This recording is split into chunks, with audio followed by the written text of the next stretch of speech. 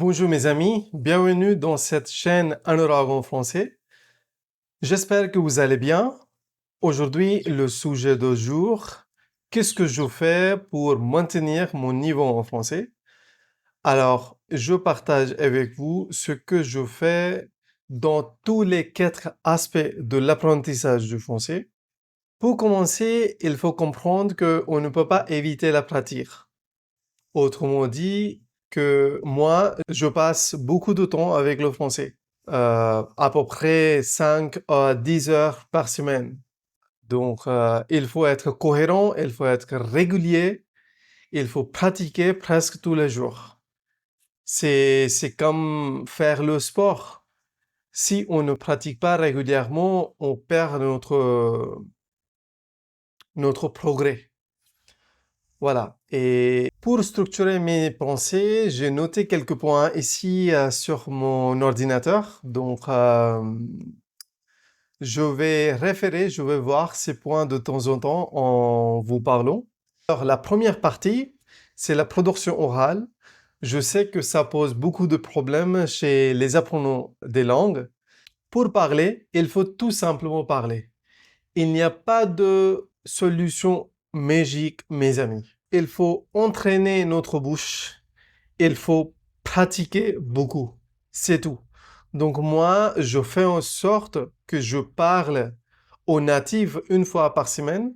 Dernièrement, faute de temps, je n'arrive pas à le faire, mais avant, je faisais ça assez souvent.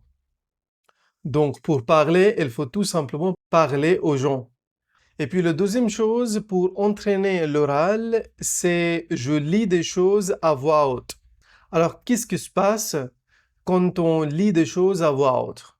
En lisant des choses à voix haute, ça nous permet de pratiquer, de entraîner notre bouche.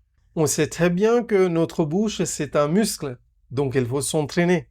Vous avez peut-être remarqué, parfois, on a des choses à dire dans notre tête, mais on n'arrive pas à les verbaliser. Pourquoi? Parce que notre bouche ne fonctionne pas. Donc, en entraînant notre bouche, on développe cette connexion entre notre tête et notre bouche. Et quand il y a une occasion, c'est plus facile pour nous de parler. Et puis la troisième chose que je fais pour l'oral, je imite les Français. Je fais beaucoup de shadowing. Shadowing, c'est une technique qui nous permet de copier les natifs. Donc, ça nous permet de comprendre comment articuler les mots. Donc voilà, ce sont 3 choses que je fais pour entraîner l'oral. Alors, la deuxième partie, c'est la compréhension orale. Pour la compréhension orale, c'est la pratique. Donc moi, je regarde beaucoup de vidéos sur YouTube dédiées aux apprenants de niveau B2 à peu près. Parce que mon niveau est environ B2. Mais ça dépend du contexte aussi. Mais pourquoi? Il faut noter 90% rule. Si on regarde quelque chose qu'on comprend complètement, par exemple 100%, donc on ne progresse pas. Et si on regarde quelque chose qu'on comprend par exemple 20%, 30%, par exemple des actualités dédiées aux natifs de niveau C2, ça peut poser beaucoup de problèmes chez nous parce qu'on n'arrive pas à les comprendre et parfois ça devient ennuyeux pour notre tête. Donc c'est difficile pour notre tête psychologiquement de suivre ce qui se passe dans ce podcast, dans cette vidéo, dans cette actualité, etc.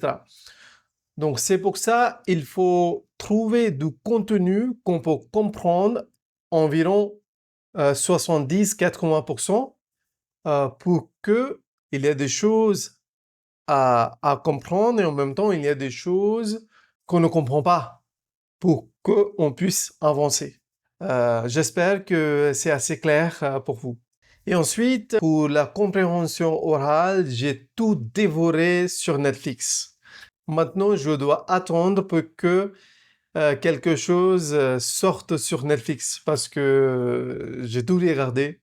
J'ai aussi partagé mes recommandations de Netflix, du cinéma français dans la description. Et la troisième chose, c'est les podcasts. Bien sûr, on ne peut pas éviter les podcasts. Pour bien consommer les podcasts, j'ai une petite technique. Voici quelques étapes que je suis avec les podcasts. Alors, étape 1, j'écoute un épisode de podcast. Étape 2, je lis la transcription. Alors, il existe quelques podcasts qui fournissent aussi la transcription. Donc, je parle de ça. Donc, je parle de podcasts ou des vidéos qui partagent aussi les transcriptions. Donc, étape 2, je lis les transcriptions. Étape 3, j'écoute encore une fois cet épisode en lisant la transcription. Et à la fin, étape 4, je lis la transcription à voix haute avec le locuteur du podcast ou de la vidéo. Donc ensemble, avec le locuteur. Bien évidemment, aujourd'hui, je ne suis pas toutes ces étapes parce que ça prend du temps, mais je faisais ça régulièrement quand je préparais le DELF B2. Mais je souligne que ces étapes me permettent de franchir ce niveau intermédiaire. Alors, la troisième partie, la production écrite. Pour ça, en 2020, en préparant le DELF B2, j'ai développé un blog. Donc là, je partageais mes pensées sur mon blog et même sur LinkedIn, de temps en temps, je partage mon expérience avec le yoga, avec le français, etc. en français. Et même avec ce projet, je partage mes pensées dans mes stories, dans mes posts. Donc, chaque fois une occasion se présente, j'écris. D'après mon expérience, tout est une occasion de parler et de pratiquer. Autrement dit, c'est que on ne peut pas attendre une situation idéale où on peut pratiquer notre français. Je tiens à dire, c'est que parfois je reçois des messages sur Instagram des apprenants de niveau B1 et B2 en demandant comment ils peuvent progresser en français. Et vous savez, ce qui est intéressant ici dans leurs messages, c'est que ils m'envoient ces messages en anglais. Et mais je me demande, mais pourquoi ils m'envoient un message en anglais? Tout mon profil est en français. Alors, pourquoi ils m'ont demandé d'aide en anglais pour progresser en français? Alors, la dernière partie, la compréhension écrite, tout simplement, il faut lire beaucoup. Mais je n'ai jamais été un grand lecteur. Je n'ai jamais aimé lire, mais aujourd'hui, j'ai bien compris que c'est important, et ça me permet de développer le nouveau vocabulaire, les nouvelles expressions, etc. Donc, j'essaye de lire de temps en temps. C'est difficile de trouver des livres en français qui correspondent à mon niveau, donc j'essaye de lire des articles sur Internet. J'ai aussi partagé quelques sites Internet où vous pouvez lire des choses en français dans la description. Voilà, ce sont des choses que je fais pour maintenir mon niveau en français.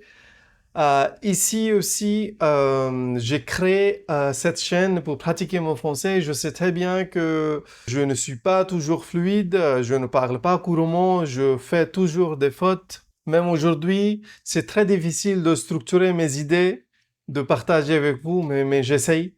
Il faut sortir de notre zone de confort, mes amis. Il n'y a pas de solution magique, comme je dis toujours, il n'y a pas de raccourci. Il n'y a pas de shortcut, raccourci. Qu'est-ce que vous en pensez? Si vous avez des idées, si vous avez besoin de mon aide, dites-le moi dans les commentaires. Sinon, merci beaucoup et à la prochaine.